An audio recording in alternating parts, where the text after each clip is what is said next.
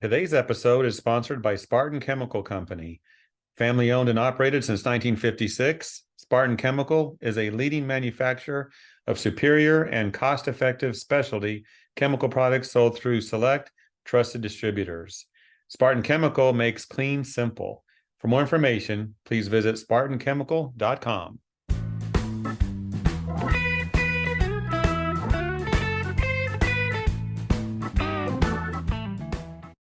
You might not know Ed Marsh, but he's a growth and strategy consultant and the founder and principal of Consilium Global Business Advisors. So, Ed, welcome to the program. Thank you very much, Jeff. It's a pleasure to be here. Appreciate you having me. Absolutely. And we're going to talk about something interesting. It's unique, it's powerful. It focuses on bringing the operations and processing mindset that the cleaning industry engages in when they do the work to the revenue side of operations. And we might think there's a disconnect there. You know, you have your operations, you have your marketing. But Ed, I think you might disagree with that. What do you think? Yeah, I mean, and I guess the place I can start is how I found you, Jeff. I mean, you clearly in your media empire, if I can use that word, I mean, you're everywhere. You clearly have a process that you follow, and media is essentially marketing. And to a large extent, with buyers being 70% of the way through the buying journey before they want to talk to a rep, marketing is now largely sales. So media is marketing is sales. And you have achieved what you've achieved clearly by having a very well conceived strategic process with relentless execution tactically. And I think there's an interesting opportunity for companies in the B2B space that have a very carefully crafted, refined over years mentality of process where they engineer the process, they make it efficient, they follow it rigorously. And yet, that's on the operations side of the business. And yet, when you look at the way they sell and market, it tends to just be haphazard. And so if we can just get people to shift their thinking and say, wait a minute, just because it's sales marketing, it isn't a black box. Let's bring that same kind of mindset to the revenue growth side of the business, the front end of the business, if you will. There's huge opportunities for improvement.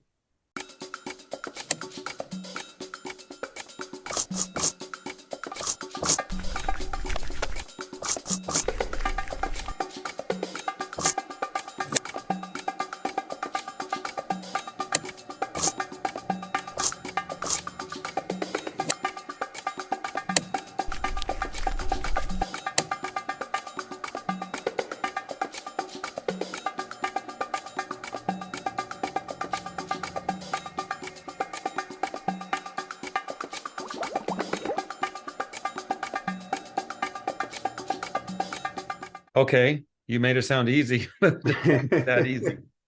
So, well, of course, the operation side of business isn't easy either. So none of it's easy. no, but that's the comfort zone, right? When you think about cleaning companies, carpet cleaning, janitorial, custodial, restoration companies, they a lot of those business owners, they thrive on the technical. They love the production part. They figure it out. They buy the tools. Right. They enjoy that. So tell us, how do you make this happen on both sides?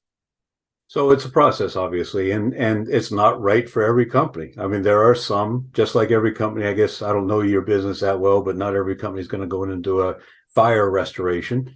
Not every company is going to be comfortable doing this. A lot depends on the owner's mindset, their horizon, their transition plan, how rapidly they want to grow, all that kind of stuff.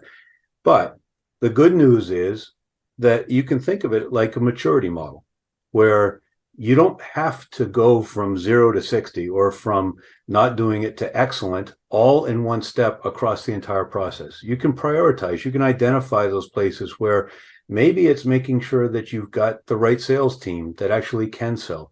Maybe it's making sure that your digital marketing is correct. Maybe it's making sure that your marketing automation and CRM capture your sales process and pipeline correctly so that your forecasts are accurate.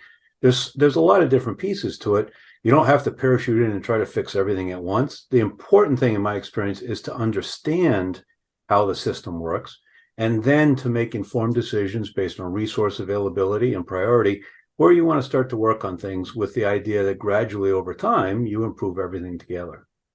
And basically this would apply to any industry that's doing work and selling products or services. I think that's fair. My specialty is in B2B. I often work with companies that are in the industrial space, sometimes with manufacturers, but I certainly my comfort zone and the frameworks that I use are focused on B2B. We all have a comfort zone. That's how life is. Right.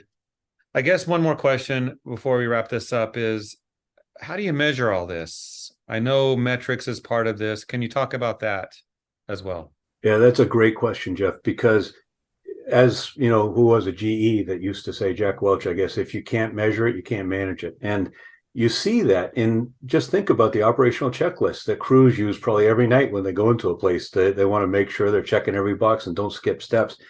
The metrics, the measurement absolutely feed into the management of this sort of an effort. Now, a lot of that comes from properly setting up and using a CRM, not just kind of saying, okay, we've got, some CRM that we use and somebody every once in a while goes in and adds something, but using it properly all the time.